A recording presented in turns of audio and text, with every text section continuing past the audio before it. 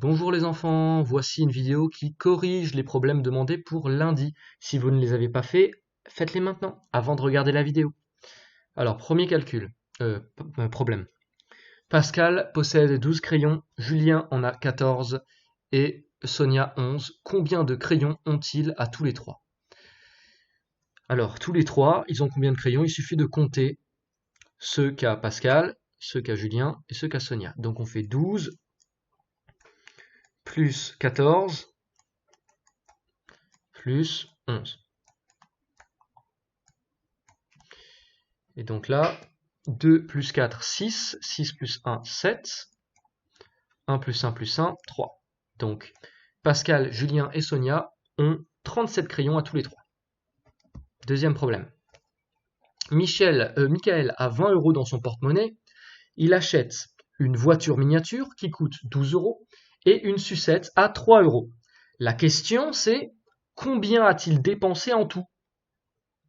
Donc pour savoir combien est-ce qu'il a dépensé, il faut compter combien coûte ce qu'il achète. Donc qu'est-ce qu'il achète? Il achète une voiture à 12 € et une sucette à 3 €.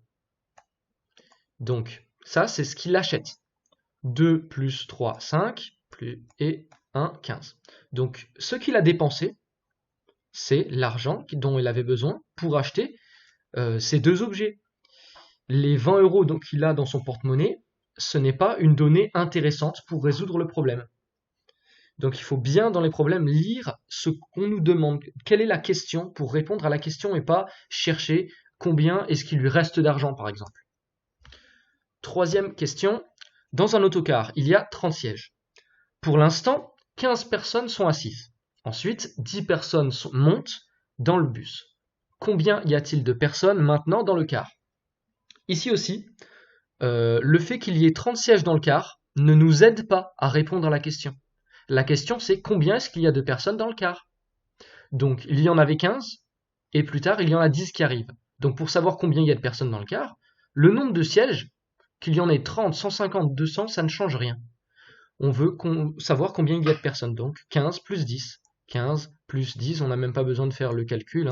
15 plus 10, ça fait 25. 5 plus 0, 5. 2, 1 plus 1, 2. Quatrième problème. Aurélie a 12 ans. Sa sœur Sophie en a 7 de plus. Quel âge a Sophie? Donc on veut savoir l'âge de Sophie. On nous dit que Sophie, elle en a 7 de plus. 7 de plus, ça veut dire qu'elle a les 12 ans de sa sœur, plus 7. Donc on fait 12 plus 7. 2 plus 7, 9. Et on descend la dizaine, 19 ans. Donc c'est sa grande sœur, Sophie, elle a 19 ans. Cinquième problème. Dans la ferme, il y a un lapin qui pèse 18 kg. Il mange beaucoup et grossit de 5 kg. Quel est son nouveau poids? Alors, il pesait 18 kg et il en a pris 5. On veut savoir combien est-ce qu'il pèse maintenant. Là, il n'y a pas de piège. 18 plus 5. 18 plus 5. 8 plus 5, ça fait 13. Donc, on met l'unité en bas, la dizaine en haut, dans la colonne des dizaines.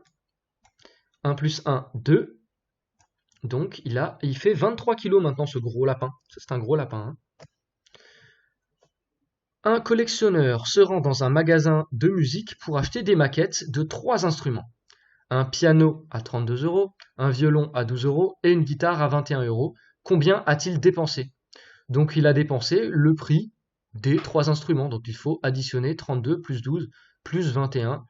C'est assez simple. 32 plus 12 plus 21. Donc 2 plus 2, 4 plus 1, 5. 3 plus 1, 4, plus 2, 6. Donc il a dépensé 65 €. Dernier problème, Julien possède 30 €.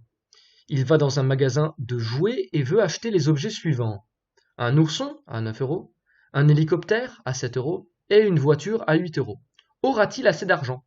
Donc là, ce qu'on nous demande, c'est est-ce que avec 30 €, il a assez pour acheter ça? Donc la réponse, ça va être oui, il a assez d'argent. Non, il n'a pas assez d'argent. Donc pour savoir s'il en a assez, il faut compter additionner 9 plus 7 plus 8, ce qu'il veut acheter, et voir si c'est supérieur à 30 euros ou si c'est inférieur à 30 euros. Si ça coûte plus que ce qu'il a, plus que 30 euros, alors il ne peut pas acheter. Si ça coûte moins, alors il peut. Alors on va poser ça, 9 euros plus 7 plus 8. Oh, bah là, pour poser ça, ça va être difficile. Donc dans un cas comme ça, on l'écrit en ligne, 9 plus 7 plus 8.